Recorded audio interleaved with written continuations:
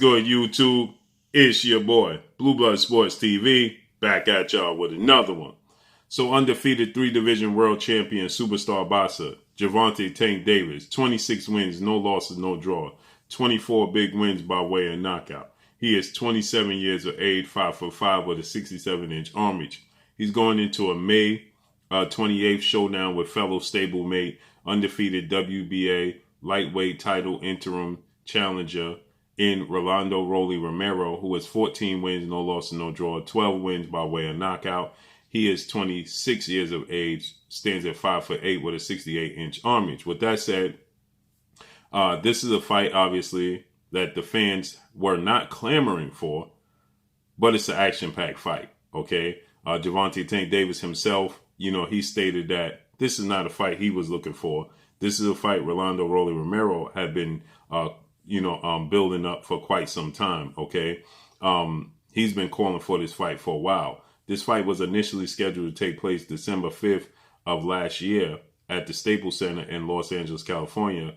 But Rolando Romero, he had some serious allegations alleged against him, and he had to be pulled from the fight, okay?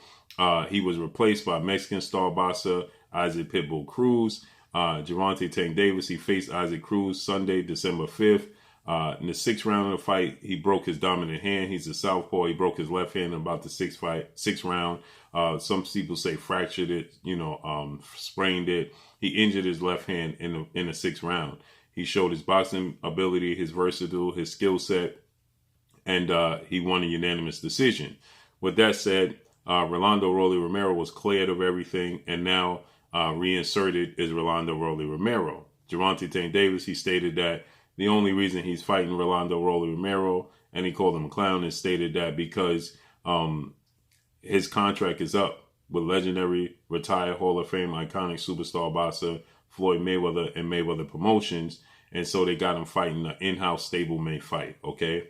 With that said, many people question why is Rolando Romero even considered to be a pay-per-view fighter against Javonte Davis. He's never fought for a world title, nor has he ever won a world title. Okay, he's never had major fights. He had some questionable wins in his career against Jackson Martinez. Many people thought he lost that fight. He got a gift decision. And so Javonte Davis is simply not high on his skill set as well. He has a very unorthodox approach to the sport of boxing. He and his trainer, Bullet Gibson, they have a very, very unorthodox approach to the sport. The way they train, it's just very unorthodox, right? And so with that said, Javonte Davis was watching Rolando Romero train, and in watching his train, he just said he saw enough, started laughing, and he put, he titled it, put it on his social media, and he said, none of this is going to work. None of it, okay? And again, you look at the approach, the movements, is unorthodox, the way he punches, the angles. Now, that can be an issue for Javonte Davis, right?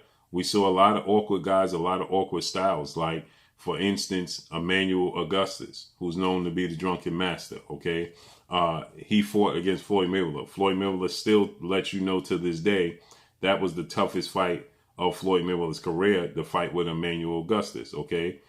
Because of the approach, the unorthodoxness, right? You can't predict the angles, you understand? They just come from a place where you just can't, where you just don't expect it. It's a lot of surprises that happens, right? So Floyd Mayweather, to this day, he's steadfast on letting you know that his most difficult fight in his career was against Emmanuel Augustus, okay?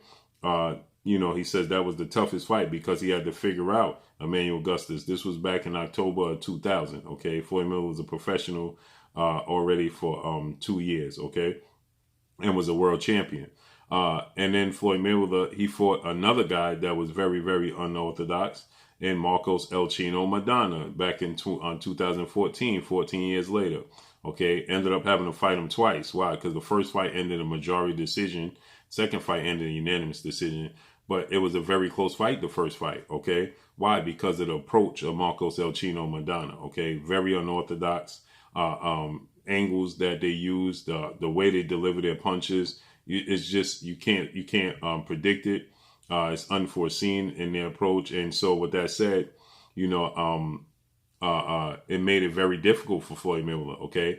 You even had fans saying that Floyd Mayweather lost the fight with Marcos Madonna, okay? And before that fight, Marcos Madonna beat what was considered to be Floyd Mayweather 2.0 and Adrian the Problem Broner, right? And again, Adrian Broner just had trouble figuring out, you know, the puzzle, okay?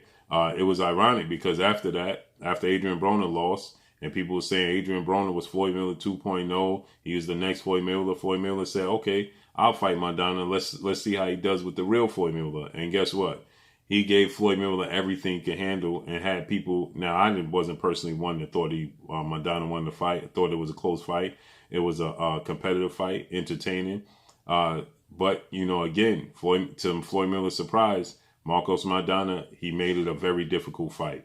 And so when you're dealing with guys that are using these angles, and especially when they have power, Rolando Romero, he has power, okay?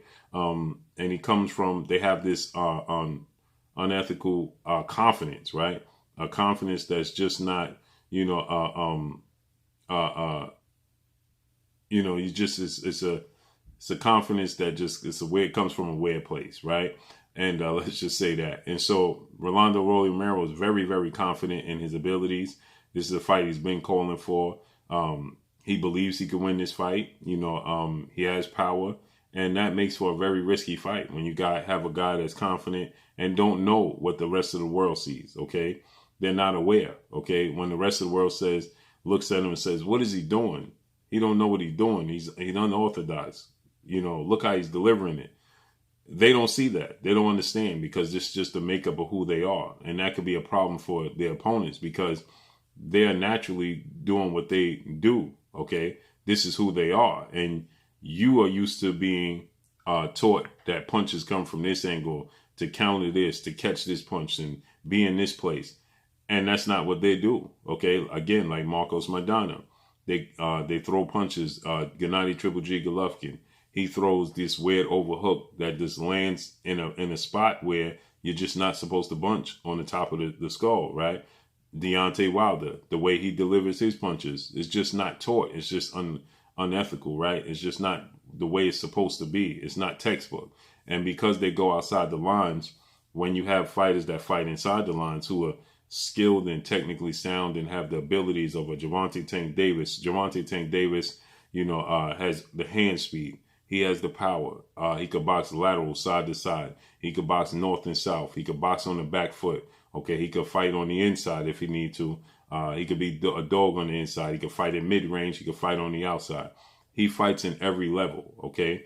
Rolando Romero, he doesn't do that, okay? But his approach is very unorthodox, okay? And he believes in himself. Ultimately, the fact that he delivers his punches in an angle that you can't predict, okay, in a manner you can't predict, and the fact that he's very confident in his abilities and he's bigger than Tank Davis, that could prove to be a problem. Now, I don't personally think that Javonte Tank Davis is in a position where I think he's going to lose. I believe that Javonte Tank Davis, now anything can happen in the sport of boxing. Rolly has power, he's big, he's strong, he's punching downhill, so anything can happen. He definitely has a puncher's chance. But Javonte Tank Davis is more technically sound. He's more disciplined in the ring. He has a jab. He sets up his punches far better than Rolly does.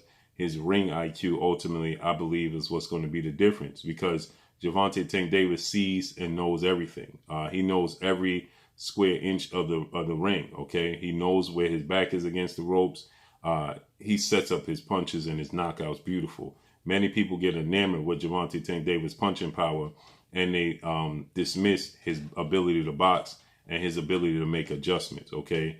And I think that that's a mistake. That's why people looked at the fight with Isaac Cruz, and because he didn't drop Isaac Cruz and then knock him out, people said, well, Javonte Tank Davis was exposed. No, I believe that he revealed that he has more tools in the toolbox than many people expected. He has a granite chin, okay? The knockout over 4-division world champion Mexican superstar boxer Leo Santa Cruz, in the manner he knocked out Leo Santa Cruz and set it up. When he knocked out Mario Barrios, moving up 10 pounds, fighting Leo Santa Cruz at 130, going up to 140, challenging Mario Barrios, who's 5'10", with a 71-inch arm reach. Okay, Mario Barrios is 5 inches taller than Javonte Tank Davis, and he has a 4-inch arm reach advantage over Javonte Tank Davis. Okay, and Javonte Tank Davis figured out the piece to the puzzle. He's a 10-pound weight advantage over Tank Davis. Tank Davis made the adjustment, dropped Mario Barrios 3 times, and got a stoppage in the 11th round.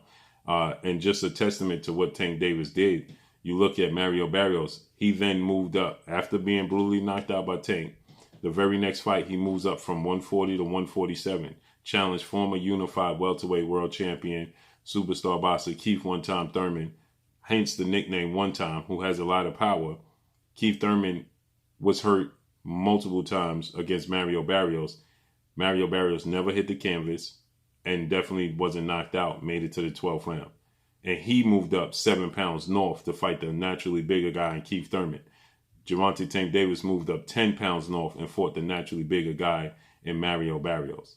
Okay, so that explains the power and the IQ of Javonte Tank Davis. And because Rolando Romero is so unorthodox and so unethical in his approach, I think that when he leaves himself open in spots, Javonte Tank Davis is going to figure it out, start to time him. Hand speed is faster. He'll clip him in the exchange or when he leaves himself open. And I think Tank is going to brutally knock out Rolando Romero. But it's going to make for entertainment, and the buildup is going to be great. You got to factor in also, Rolly Romero has never even had a press conference until now, let alone be on this massive stage in Brooklyn at the Barclays Center, May 28th. So let's see how this unfolds and plays out. But that's all I got for y'all. Make sure you hit the like button. Drop a comment in the comment section. Let me know what y'all think.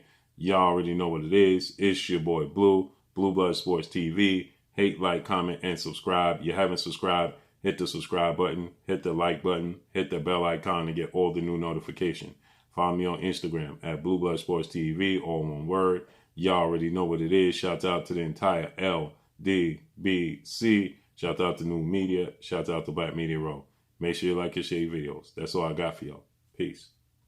Oh, it is your boy Jada Kiss. Make sure you check out Blue Blood Sports TV. It's going down.